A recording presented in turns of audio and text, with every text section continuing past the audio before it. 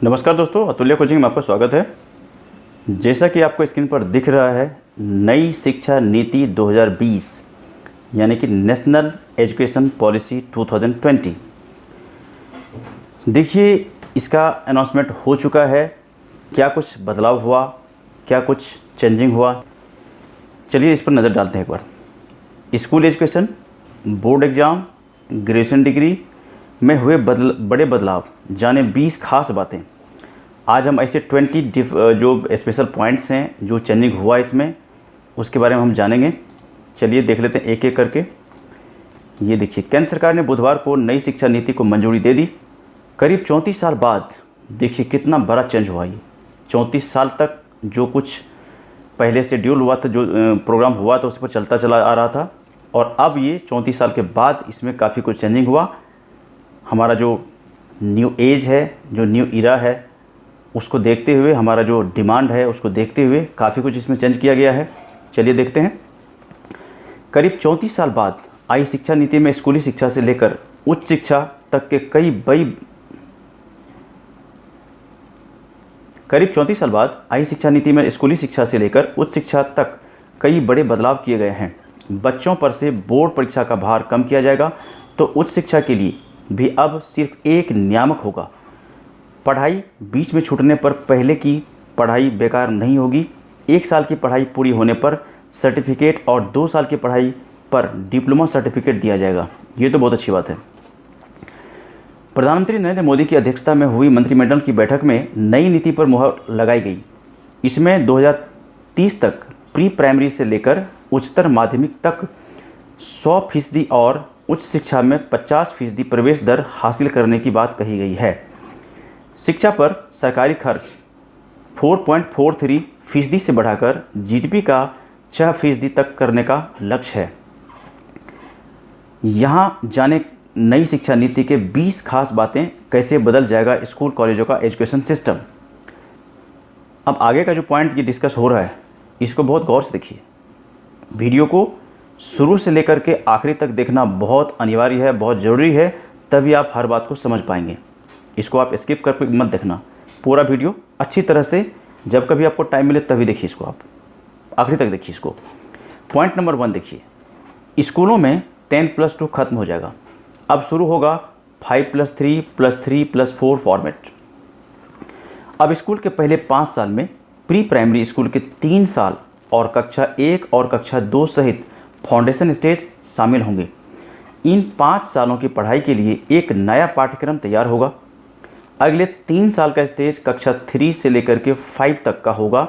इसके बाद 3 साल का मिडिल स्टेज आएगा, यानी कक्षा 6 से 8 तक का स्टेज। अब छठी से बच्चे को प्रोफेशनल और स्किल की शिक्षा दी जाएगी। स्थानीय स्तर पर इंटर्नशिप भी कराई जाएगी।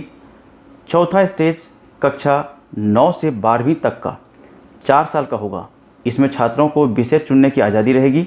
साइंस या गणित के साथ फैशन डिजाइनिंग भी पढ़ने की आज़ादी होगी। पहले कक्षा 1 से 10 तक सामान्य पढ़ाई होती थी, कक्षा 11 से विषय चुन सकते थे। देखिए, ये जो पहला पॉइंट अभी हमने डिस्कस किया, इसमें देखिए जो सबसे ज़रूरी बातें जो इसमें शामिल किया गया और जो आजकल का डिमांड है कि बच्चे को देखिए स्किल डेवलपमेंट का जो प्रोग्राम है, यानी कि प्रोफेशनल कोर्स वगैरह जो है, बच्चों को शुरू से, यानी कि जैसे थोड़ा सा बच्चे में समझने का विचारने का शक्ति आ जाए तो उसमें ये दिया जाए। ये देखिए, छठी से बच्चे को प्रोफेशनल और स्किल की शिक्षा दी जाएगी। बहुत जरूरी है। देखिए, जो ज़माने का डिमांड है और जिस तरह हम लोग जा रहे हैं, वहाँ पर देखिए बच्चे को स्किल डेवलपमेंट और प्रोफेशनल, ये दोनों शिक्षा दी जानी चाहिए। और जैसे कि इसमें छठी से शुरू हो जाएगा, ये बहुत अच्छी बात है। पॉइंट नंबर 2 देखिए कहता है, छठी कक्षा से रोजगार परक शिक्षा, यानी कि बच्चों में देखिए क्या है ना कि स्किल डेवलपमेंट का जो नींव है वो छठी से डालने की बात हो रही है। बहुत ही अच्छा हो। इसे देखना कि आने वाली पीढ़ी में, आने वाली जो हमारा जो ये सिस्टम होगा, उसमें बहुत सारे बच्चे इतने स्किल्ड होंगे, इतने डेवलप्ड होगा कि 10वीं 12वीं करते करते वो अपना बहुत कुछ सीख लेगा। अभी क्या होता है, 10वीं किया, 12वीं किया, ग्रेजुएशन किया, पीजी किया, और ग्रेजुएशन करते करते जो सीखने का टाइम होता है वो निकल चुका होता है। तो ये छठी से जो इसमें जो कंपल्सन होगा कंपल्सरी क्या, बच्चे इसको सीखेंगे, बड़े आराम से सीखेंगे बच्चे तो देखो आजकल के, आप देखियो एक बच्चे को मोबाइल दे दो, आप देखो पूरे दिन लगे रहते हैं उसमें, तो वो बच्चे में कौशल विकास बहुत जरूरी है डेवलप करना। तो दूसरा पॉइंट चलिए देख लेते हैं। नई शिक्षा नीति को अंतिम रूप देने के लिए बनाई गई समिति का नेतृत्व कर रहे डॉक्टर कस्तूरी रंगन ने कहा, अब छठी कक्षा से ही बच्चे को प्रोफेशनल और स्किल की शिक्षा दी जाएगी। स्थानीय स्तर पर इंटर्नशिप भी कराई जाएगी। व्यावसायिक शिक्षा और कौशल विकास पर जोर दिया जाएगा। नई शिक्षा नीति बेरोजगार तैयार नहीं करेगी, स्कूल में ही बच्चे को नौकरी के जरूरी प्रोफेशनल शिक्षा दी जाएगी। बहुत अच्छी बात है, एप्रिशिएबल है। पॉइंट नंबर 3, 10वीं और 12वीं की बोर्ड परीक्षा आसान होगी। 10वीं और 12वीं की बोर्ड परीक्षाओं में बड़े बदलाव किए जाएंगे। बोर्ड परीक्षाओं के महत्व को कम किया जाएगा। कई अहम सुझाव हैं, जैसे साल में 2 बार परीक्षाएं करना, 2 हिस्सों वस्तुनिष्ठ और व्याख्यात्मक श्रेणियों में इन्हें विभाजित करना आदि। बोर्ड परीक्षा में मुख्य जोर ज्ञान के परीक्षण पर होगा ताकि छात्रों में रटने की प्रवृत्ति खत्म हो। बोर्ड परीक्षाओं को लेकर छात्र हमेशा दबाव में रहते हैं और ज़्यादा अंक लाने के चक्कर में कोचिंग पर निर्भर हो जाते हैं, लेकिन भविष्य में उन्हें इससे मुक्ति मिल सकती है। शिक्षा नीति में कहा गया है कि विभिन्न बोर्ड आने वाले समय में बोर्ड परीक्षाओं के प्रैक्टिकल मॉडल को तैयार करेंगे, जैसे वार्षिक, सेमेस्टर और मॉड्यूलर बोर्ड परीक्षाएं। नई नीति के तहत कक्षा 3, 5 और 8वीं में भी परीक्षाएं होंगी, जबकि 10वीं एवं 12वीं की बोर्ड परीक्षाएं बदले स्वरूप में जारी रहेंगी। पॉइंट नंबर 4, 5वीं कक्षा तक मातृभाषा में पढ़ाई। नई शिक्षा नीति में 5वीं तक और जहां तक संभव हो सके 8वीं तक मातृभाषा में ही शिक्षा उपलब्ध कराई जाएगी। पॉइंट नंबर 5, स्कूलों में ऐसे होगा बच्चों के परफॉर्मेंस का आकलन। बच्चों की रिपोर्ट कार्ड में बदलाव होगा। उनका 3 स्तर पर आकलन किया जाएगा। एक स्वयं छात्र करेगा, दूसरा सहपाठी और तीसरा उसका शिक्षक। नेशनल असेसमेंट सेंटर पड़क बनाया जाएगा जो बच्चों के सीखने की क्षमता का समय समय पर परीक्षण करेगा। 100% नामांकन के जरिए पढ़ाई छोड़ चुके करीब 2 करोड़ बच्चों को फिर दाखिल दिलाई जाएगा। बहुत अच्छी बात है। पॉइंट नंबर 6, ग्रेजुएशन में 3-4 साल की डिग्री, मल्टीपल एंट्री और एग्जिट सिस्टम। उच्च शिक्षा सचिव अमित खरे ने बताया कि नई नीति में मल्टीपल एंट्री और एग्जिट बहुत स्तरीय प्रवेश एवं निकासी व्यवस्था लागू किया गया है। आज की व्यवस्था में अगर 4 साल इंजीनियरिंग पढ़ने या 6 सेमेस्टर पढ़ने के बाद किसी कारणवश आगे नहीं पढ़ पाते हैं तो कोई उपाय नहीं होता, लेकिन मल्टीपल एंट्री और एग्जिट सिस्टम में 1 साल के बाद सर्टिफिकेट, 2 साल के बाद डिप्लोमा और 3-4 साल के बाद डिग्री मिल जाएगी। यह छात्रों के हित में एक बड़ा फैसला है। 3 साल की डिग्री उन छात्रों के लिए है जिन्हें हायर एजुकेशन नहीं लेना है और शोध में नहीं जाना है। वहीं शोध में जाने वाले छात्रों को 4 साल की डिग्री करनी होगी। 4 साल की डिग्री करने वाले स्टूडेंट्स 1 साल में एमए कर सकेंगे। नई शिक्षा नीति के मुताबिक यदि कोई छात्र इंजीनियरिंग कोर्स को 2 वर्ष में ही छोड़ देता है तो उसे डिप्लोमा प्रदान किया जाएगा। इससे इंजीनियरिंग छात्रों को बड़ी राहत मिलेगी। 5 साल का संयुक्त ग्रेजुएट मास्टर कोर्स लाया जाएगा। एमफिल को खत्म किया जाएगा और पोस्ट ग्रेजुएट कोर्स में 1 साल के बाद पढ़ाई छोड़ने का विकल्प होगा। नेशनल मेंटरिंग प्लान के जरिए शिक्षकों का उन्नयन किया जाएगा। अब देखिए 7वां पॉइंट क्या कहता है। नई नीति में एमफिल खत्म, एमफिल की जो पढ़ाई थी उसको ख़त्म किया जाएगा। देश की नई शिक्षा नीति लागू होने के बाद अब छात्रों को एमफिल नहीं करना होगा। एमफिल का कोर्स नई शिक्षा नीति में निरस्त कर दिया गया है। नई शिक्षा नीति लागू होने के बाद अब छात्र ग्रेजुएशन, पोस्ट ग्रेजुएशन और उसके बाद सीधे पीएचडी करेंगे। 4 साल का ग्रेजुएशन डिग्री प्रोग्राम, फिर एमए और उसके बाद बिना एमफिल के सीधा पीएचडी कर सकते हैं। नई शिक्षा नीति के तहत एमफिल कोर्सेज को खत्म किया गया है। इसे बड़ा बदलाव माना जा रहा है।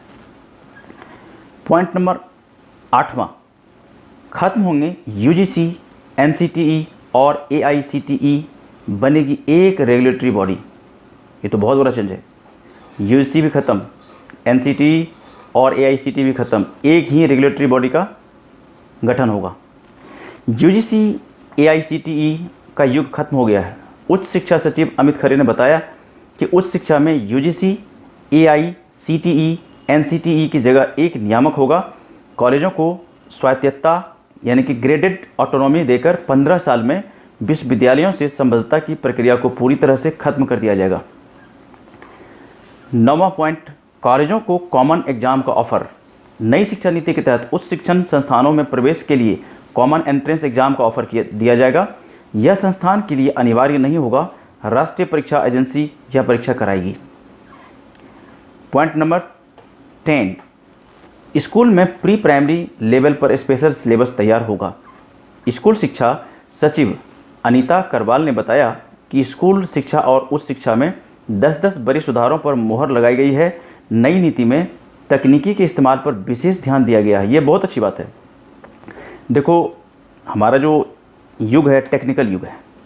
इसमें जितने हम बच्चे को स्किल्ड बनाएं, जितने बच्चे को हम टेक्निकल बनाएं, उतना ही हर तरह से डेवलपमेंट है, देश का डेवलपमेंट है हर तरह से। प्री प्राइमरी शिक्षा के लिए एक विशेष पाठ्यक्रम तैयार किया जाएगा। इसके तहत 3 से 6 वर्ष तक की आयु के बच्चे आएंगे। 2025 तक कक्षा 3 तक के छात्रों को मूलभूत साक्षरता तथा अंक ज्ञान सुनिश्चित किया जाएगा। मिडिल कक्षाओं की पढ़ाई पूरी तरह बदल जाएगी। कक्षा 6 से 8 के बीच विषयों की पढ़ाई हो।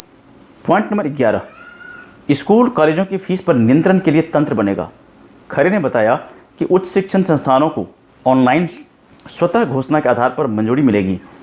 मौजूदा इंस्पेक्टर राज खत्म होगा। अभी केंद्रीय विश्वविद्यालय, राज्य विश्वविद्यालय, डीम्ड विश्वविद्यालय और प्राइवेट विश्वविद्यालय के लिए अलग अलग नियम है। भविष्य में सभी नियम एक समान बनाए जाएंगे। फीस पर नियंत्रण का भी एक तंत्र तैयार किया जाएगा। बहुत अच्छी बात है। Point number 12, national research foundation की तैयारी। सभी तरह के वैज्ञानिक एवं सामाजिक अनुसंधानों को नेशनल रिसर्च फाउंडेशन बनाकर नियंत्रित किया जाएगा। उच्च शिक्षण संस्थानों को बहुविषयक संस्थानों में बदला जाएगा। 2030 तक हर जिले में या उसके आसपास एक उच्च शिक्षण संस्थान होगा। बहुत अच्छी बात है। हर जिले में यदि एक उच्च शिक्षण संस्थान हो और यदि ये टारगेट हमारा है और यदि हमने अचीव कर लिया, ये तो बहुत बड़ी अचीवमेंट हमारे लिए होगा, हमारे देश के लिए। शिक्षा में तकनीकी के इस्तेमाल पर जोर दिया गया है। इनमें ऑनलाइन शिक्षा का क्षेत्रीय भाषाओं में कंटेंट तैयार करना, virtual lab, digital library, school शिक्षकों और छात्रों को डिजिटल संसाधनों से लैस कराने जैसी योजनाएं शामिल है। पॉइंट नंबर 13, स्कूली शिक्षा उच्च शिक्षा के साथ कृषि शिक्षा, कानूनी शिक्षा, चिकित्सा शिक्षा और तकनीकी शिक्षा जैसी व्यावसायिक शिक्षा भी नई शिक्षा नीति के दायरे में होगा। पॉइंट नंबर 14, कला, संगीत, शिल्प, खेल, योग, सामुदायिक सेवा जैसे सभी विषयों को भी पाठ्यक्रम में शामिल किया जाएगा। इन्हें सहायक पाठ्यक्रम नहीं कहा जाएगा। पॉइंट नंबर 15, ऑनलाइन एजुकेशन पर जोर। नए सुधारों में टेक्नोलॉजी और ऑनलाइन एजुकेशन पर जोर दिया गया है। कंप्यूटर, लैपटॉप और फ़ोन इत्यादि के जरिए विभिन्न ऐप का इस्तेमाल करके शिक्षण को रोचक बनाने की बात कही गई है। पॉइंट नंबर 16 हर जिले में कला, करियर और खेल संबंधी गतिविधियों में भाग लेने के लिए एक विशेष बोर्डिंग स्कूल के रूप में बाल भवन स्थापित किया जाएगा। पॉइंट नंबर 17, अभी हमारे यहाँ डीम्ड यूनिवर्सिटी, सेंट्रल यूनिवर्सिटीज़ और स्टैंड अलोन इंस्टीट्यूशंस के लिए अलग अलग नियम हैं। नई एजुकेशन पॉलिसी के तहत सभी के लिए नियम समान होगा। पॉइंट नंबर 18, MHRD का नाम बदला। मानव संसाधन विकास मंत्रालय MHRD का नाम बदलकर शिक्षा मंत्रालय कर दिया गया है। पॉइंट नंबर 19, त्रिभाषा फार्मूला। विद्यार्थियों को स्कूल के सभी स्तरों और उच्च शिक्षा में संस्कृत को एक विकल्प के रूप में चुनने का अवसर दिया जाएगा। त्रिभाषा फार्मूला में भी यह विकल्प शामिल होगा। इसके मुताबिक किसी भी विद्यार्थी पर कोई भी भाषा नहीं थोपी जाएगी। भारत की अन्य पारंपरिक भाषाएं और साहित्य भी विकल्प के रूप में उपलब्ध होंगे। विद्यार्थियों को एक भारत श्रेष्ठ भारत पहल के तहत 6 से 8 ग्रेड के दौरान किसी समय भारत की भाषाओं पर एक आनंददायक परियोजना गतिविधि में भाग लेना होगा। कोरियाई, थाई, फ्रेंच, जर्मन, स्पेनिश, पुर्तगाली, रूसी भाषाओं को माध्यमिक स्तर पर पेश किया जाएगा। पॉइंट नंबर 20 स्कॉलरशिप पोर्टल का विस्तार। SC, ST, OBC और SEDGS स्टूडेंट्स के लिए नेशनल स्कॉलरशिप पोर्टल को बढ़ाया जाएगा। NEP 2020 के तहत स्कूल से दूर रह रहे लगभग 2 करोड़ बच्चों को मुख्य धारा में वापस लाया। तो ये था नेशनल एजुकेशन पॉलिसी यानी कि राष्ट्रीय शिक्षा नीति 2020 का मेन 20 पॉइंट जो कि डिस्कस किया गया आपसे। इसी तरह के और भी इम्पॉर्टेंट न्यूज़ के लिए, इम्पॉर्टेंट अपडेट के लिए आप हमारे चैनल से बने रहिए, जुड़े रहिए। यदि आप इस चैनल पर पहली बार आए हो तो इस चैनल को सब्सक्राइब कर लीजिए, अपने मोबाइल का नोटिफिकेशन बिल को ऑन करिए ताकि हर अपडेट आपको यहाँ से मिलता रहे। और आपको कुछ पूछना हो, बताना हो, कहना हो, कोई डाउट्स हो तो आप हमें कमेंट्स भी कर सकते हैं। मिलते हैं हम एक दूसरे वीडियो में जहाँ पर इस तरह की और भी इन्फॉर्मेटिव बातें करेंगे। तब तक इस वीडियो को इतना प्यार से देखने, सुनने, समझने के लिए आपका बहुत बहुत धन्यवाद। Okay, thank you, bye bye.